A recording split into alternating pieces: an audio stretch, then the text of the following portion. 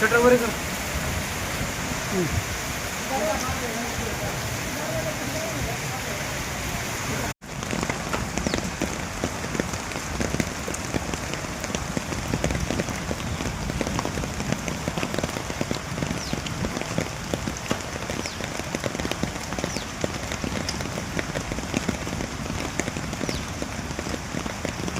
सगळं पाणी जेव्हा निचरा होईल नाही इथं तेव्हा बरीचशी लेवल वर येणार.